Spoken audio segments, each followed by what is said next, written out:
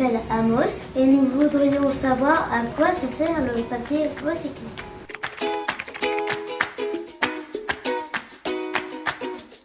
Et oui, le papier, ça se recycle, cela fait même partie de nos déchets les mieux recyclés. Cela représente deux avantages. Premièrement, même si le recyclage consomme de l'énergie, cela évite d'abattre des arbres. Deuxièmement, sa fabrication est 3 fois moins gourmande en eau et en énergie que du papier classique, car il est plus facile de faire de la pâte à papier à partir de papier qu'à partir du bois. Presque tous les papiers se recyclent, sauf les mouchoirs en papier, les lingettes, les emballages alimentaires souillés par exemple. Les déchets d'imprimerie et les journaux invendus sont aussi collectés pour être recyclés. Alors à quoi sert ce papier recyclé?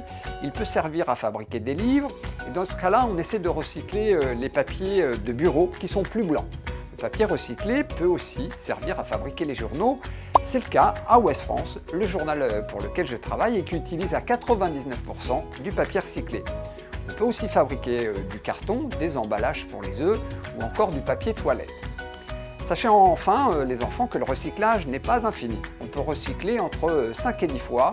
Après, ça devient trop compliqué. Bonjour, je m'appelle Camille et nous voudrions aussi savoir si on peut fabriquer du papier chez soi. Là, je vous soupçonne, les enfants, de vouloir essayer.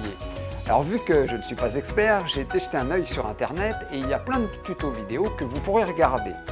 En gros, après avoir récupéré de vieux papiers, si possible sans trop d'encre et donc en évitant le papier journal, coupez les feuilles en de petits morceaux et placez-les dans une grande bassine. Ajoutez de l'eau, puis patientez au moins 2 jours pour que les feuilles puissent bien se décomposer.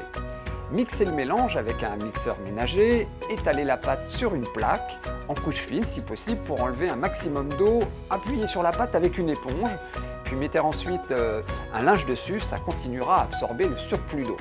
Laissez ensuite sécher à l'air libre. Une fois sec, vous aurez votre papier recyclé.